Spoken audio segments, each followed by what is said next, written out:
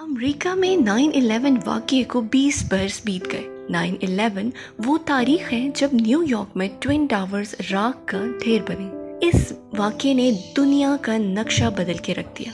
9/11 وہ تاریخ ہے جس نے دنیا کی تاریخ بدل دی۔ دہشت گردوں نے امریکی ترقی کی نشانی ورلڈ ٹریڈ سینٹر کو حملوں کے لیے منتخب کیا۔ نیو یارک کے ماتھے کا جھومر ورلڈ ٹریڈ سینٹر لمحوں میں ملبے کا ڈھیر بن گیا۔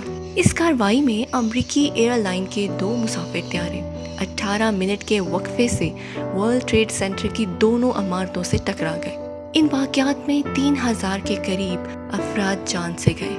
لوگوں کو محفوظ مقامات پر منتقلی کی کوشش کے دوران 343 fire fighters, new York police کے 23 افسران اور پورٹ اتھارٹی کے 37 افسر بھی ہلاک ہوئے۔ پینٹاگون پر تباہ ہونے والے طیارے سے 189 افراد جان سے گئے، جبکہ اسی دوران پینسلوینیا میں طیارہ گر کر تباہ ہونے سے 44 افراد ہلاک ہوئے۔ ان واقعات کے بعد اس وقت کے امریکی صدر جارج بش نے قوم سے خطاب میں کہا کہ دہشت گرد ہماری عمارتوں کی بنیاد تو ہلا سکتے ہیں، لیکن وہ امریکہ کی بنیاد کو ہاتھ بھی نہیں لگا سکیں گے۔ صدر بش نے حملے کے چند گھنٹوں میں ہی دہشت گردوں کے خلاف جنگ کا اندیا دیا، جس کا آغاز 7 اکتوبر کو افغانستان میں آپریشن انڈیورنگ فریڈم کے نام سے کیا گیا۔ نیو یارک میں ورلڈ ٹریڈ ٹاور کے مقام پر تعمیر کی گئی یادگار گراؤنڈ زیرو اور میوزیم ہر سال امریکیوں کو اس سانحے کی یاد دلاتا رہے گا، جس نے نہ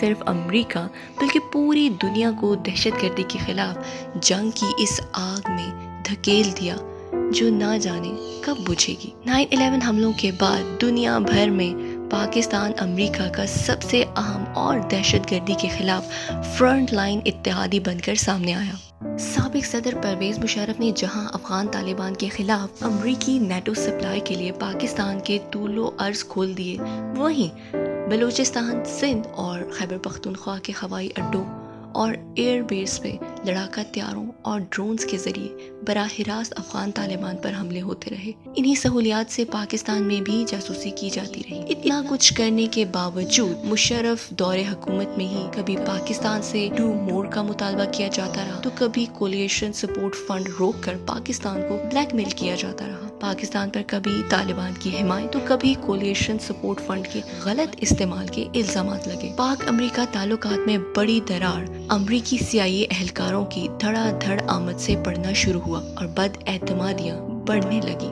CIA کانٹریکٹر ریمن ڈیوس کے ہاتھوں لاہور میں 2 افراد کا قتل ہوا اور اسامہ بن لادن کی تلاش کے لیے ڈاکٹر شکیل آفریدی کے ذریعے انسداد پولیو مہم کی آڑ میں جاسوسی اور پھر ایبٹباد آپریشن سلالہ پوسٹ پر نیٹو کے ہاتھوں 24 پاکستانی فوجیوں کی شہادت اور پھر نیٹو سپلائی کی بندش، پاک امریکہ تعلقات خراب در خراب ہوتے گئے۔ امریکہ کے ساتھ تعلقات میں اونچ نیچ کی وجہ سے پاکستان نے چین اور روس کے ساتھ روابط بڑھانا شروع کیے۔ برادر اسلامی ممالک خاص طور پر ایران اور ترکی کے ساتھ بھی دوستی کے نئے رشتوں کا آغاز ہوا۔ 20 سالہ طویل جنگ کے بعد بالآخر امریکہ کو افغانستان سے نکلنا پڑا۔ سابق امریکی صدر ڈونلڈ ٹرمپ کے دور میں کیے گئے امن معاہدے کو جو بائیڈن نے عملی جامہ پہنایا اور افغانستان سے 2 دہائیوں کے بعد امریکی فوج کو نکال دیا اور طالبان ایک بار پھر افغانستان پر قابض ہو گئے ہیں۔ بین الاقوامی امور کے ماہرین کا کہنا ہے کہ مستقبل قریب میں افغانستان ایک بار پھر